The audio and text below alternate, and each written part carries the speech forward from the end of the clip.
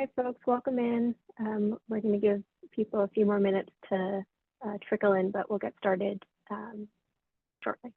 Thank you.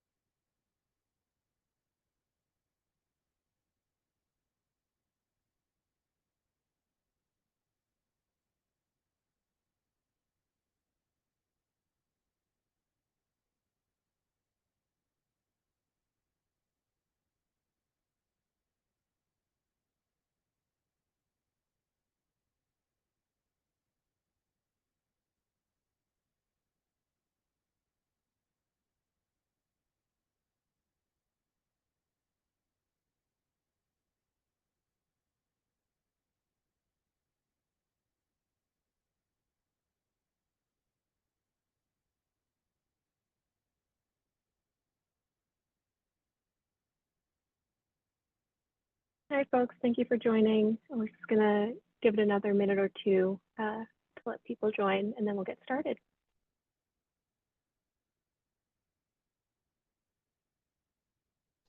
The people joining are slowing down, so we can go ahead and get started. You might have seen as you came in, we are recording this session and it will be posted to our website. But really appreciate everyone's interest in this program and for taking the time to join us today. It's great to see some familiar names here. My name is Rose Veland. I am the Outreach Program Manager with ConnectAll, and I will be walking us through the request for applications for the Regional and Local Assistance Program today. This is another program where ConnectAll has the great privilege to follow the vision of our governor and our state legislature, which has provided funding for ConnectAll to draw on for this program. And with this program, we are building on the leadership and years of work that many of our local and county partners, our regional planning partners and digital equity partners who have been addressing broadband needs across the state for a very long time. So we're putting forward this opportunity to be responsive to needs that we've heard, and we're happy to provide this opportunity to apply for funding to build on those plans you already have in place and foster new plans that this opportunity might make possible for you. So if we go to the next slide, we can start with some housekeeping. As I mentioned, this session is being recorded. The recording and slides will be sent to all of you as participants. We will also post these to our website. As we go through, we'll post some important links in the chat. We've posted, that main program page there, which has links to everything that we'll be referencing today.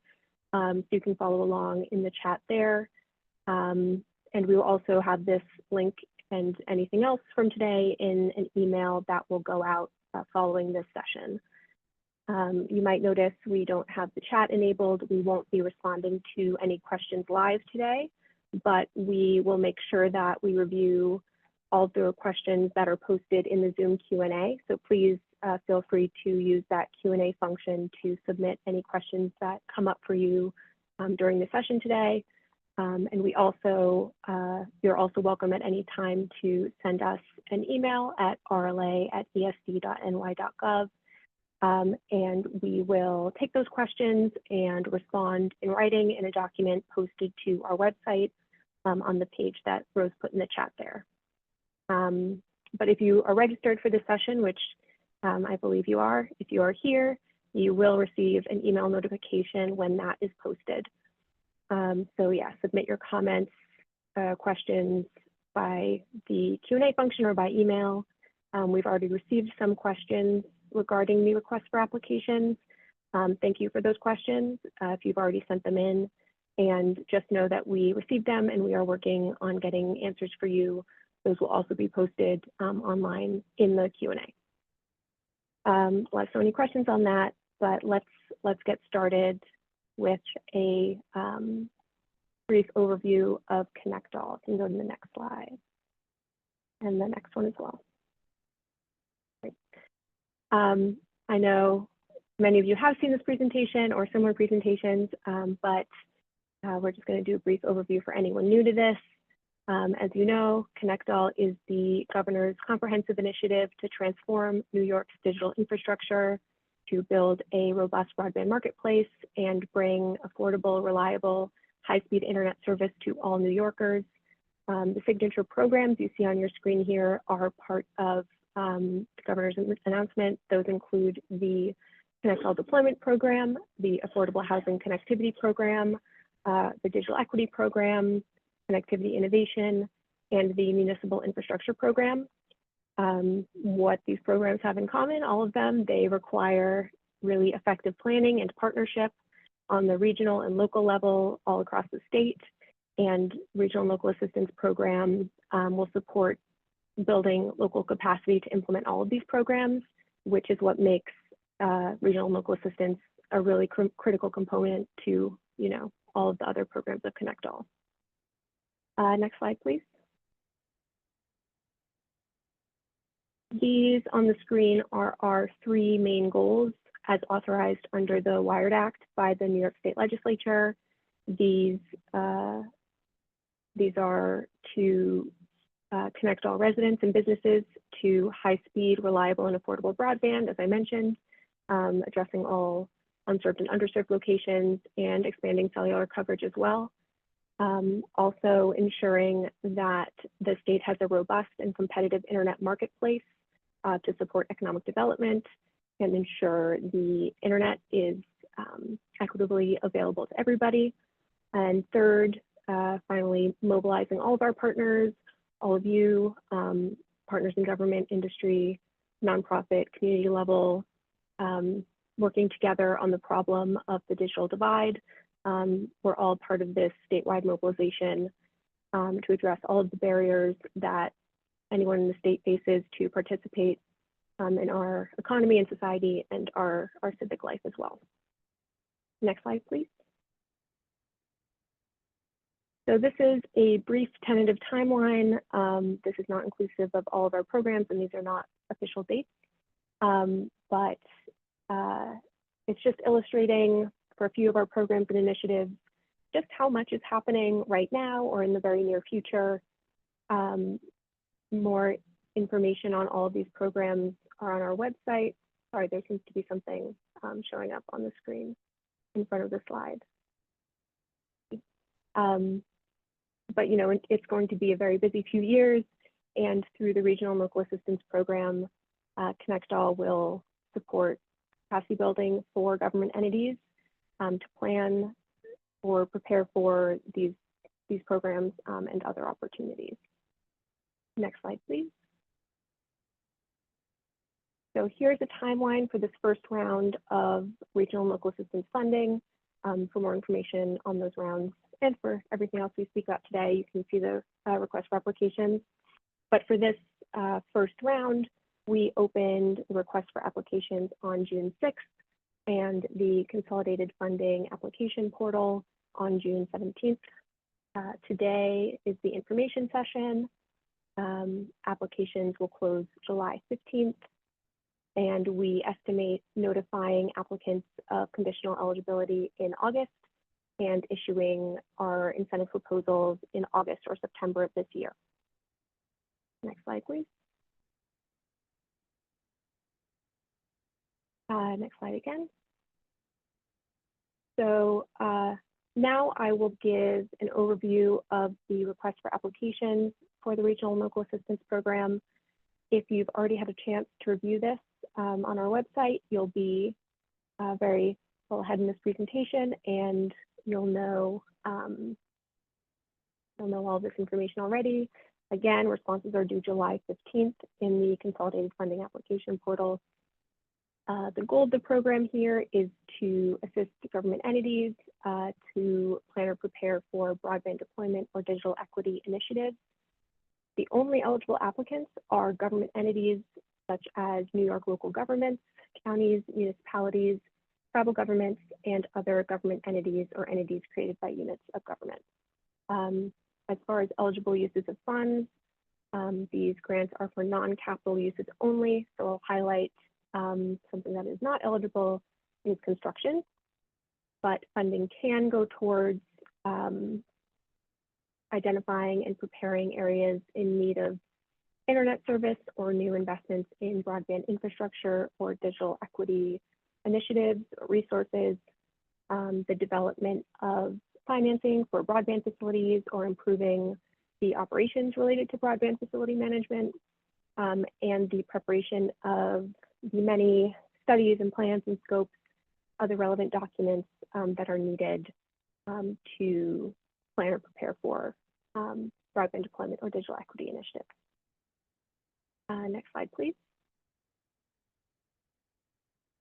Applicants which applications must go through our consolidated funding application portal, and within that, we'll get into in more detail later in the presentation how exactly to navigate that system.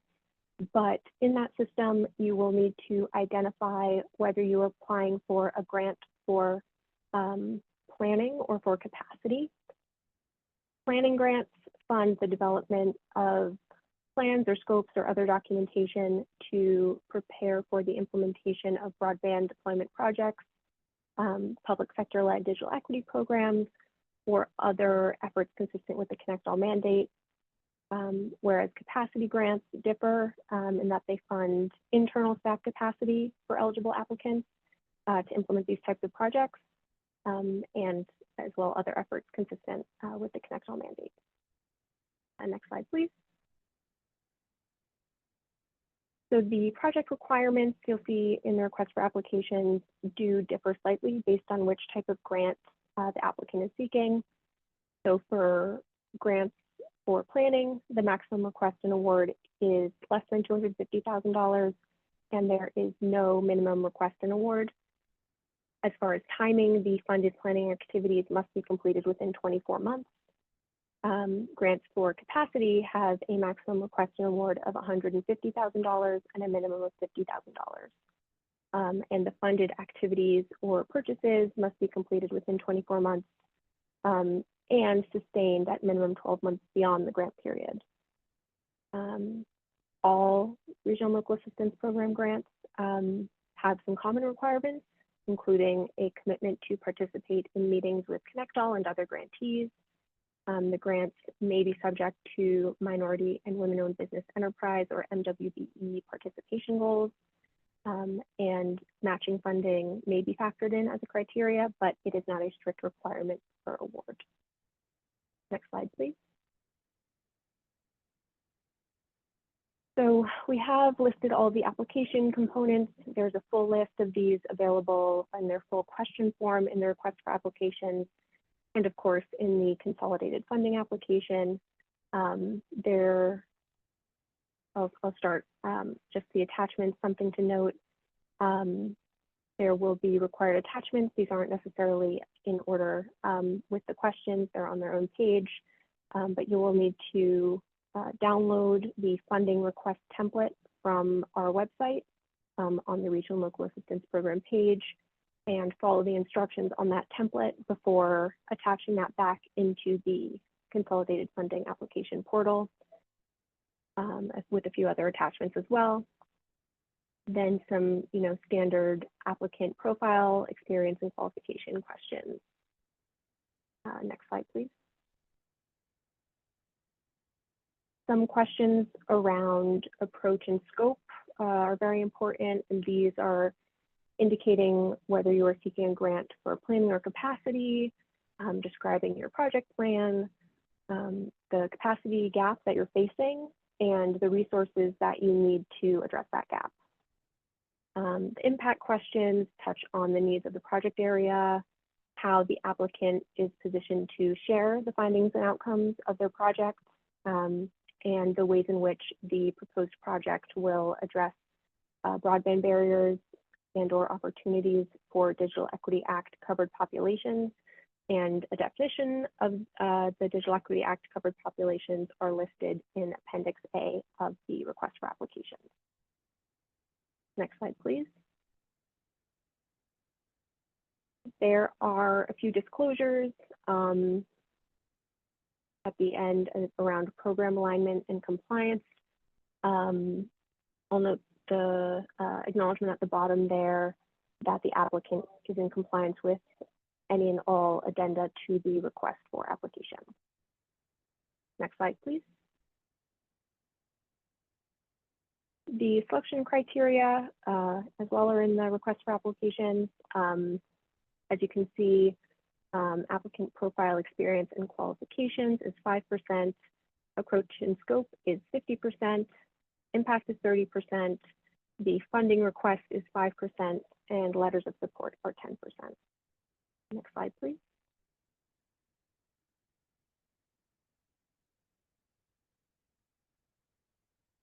Next slide, please. I believe we already did that one. All right, so how to apply? I'm just going to walk through some of the ins and outs of the Consolidated Funding Application Portal. All applications must be submitted through the New York State Consolidated Funding Application, or CFA. You will have to create an account by registering at this link here in the slide, which is also on the website. Once you create an account, you will receive an email with a token. That token will be required for you to access the CFA moving forward. So we urge you to save that in a easy to access location. If you have already applied for ESD grants, you'll already have an account and you can log into that account that you already have. Next slide, please. Once you're logged in, you can create a new application. Project name is just for your reference, but we have a naming convention here that we recommend. Next slide, please. To begin your application, you have to select the program you're applying for, of course. If you go to Economic Development Programs in the CFA, you'll have to select Connect All Regional and Local Assistance Program, RLA, from that menu. And you might have to scroll down a little bit to find that. Next slide, please. The application starts with threshold questions. This is to make sure that you're applying to the right program mostly before you put any work in. But once you answer those, if you met the requirements, you will see the page here, and you can just press proceed to next page. Next slide, please. The not-for-profit information is not relevant for this program. So when you see this, you can just proceed to the next page. Next slide. You'll see a project location page. You should select the region that your project is located in if possible. If that's not possible, if the project spans multiple regions, just select the primary region, and you can just proceed with the application. Next slide, please. The remaining application questions and requirements are in the Documents and Questionnaire tab. All questions that require an attachment to be uploaded are in that Documents tab, and you'll be able to switch between Documents and Questionnaire if you need to come back to any of those questions. Next slide, please. The funding application page is not relevant to this program. There's nothing to do there. So again, you can just save and proceed with the application to continue filling in the application. On the review page, you'll see a map of the state. You can really put in anything you want here. We suggest putting in the approximate latitude and longitude for your address, but we will also ask for your exact address in the application. So this does not have to be exact. And then just you'll click here to accept those coordinates to advance. Next slide, please. Then there'll be a finalization checklist. Just make sure that everything is in order for you. And you will be able to click the button at the bottom of the screen to submit your application. Note that once you hit that button, you will not be able to make any changes. So definitely double check all of your answers before submitting. Next slide, please. just so you know what happens after you submit, you will receive an update of the status of your application via email. Applications may be approved, rejected, or subject to further review, and we'll be in contact with you if so. And there may be additional documentation or demonstrations of compliance required prior to the grant award. Next slide, please. So again, any questions you might have, you can submit those through the Q&A function here or the email on the screen there, rla@esd.ny.gov. Thank you to those who have submitted a question, and don't hesitate to write us with any more questions. Next slide, please.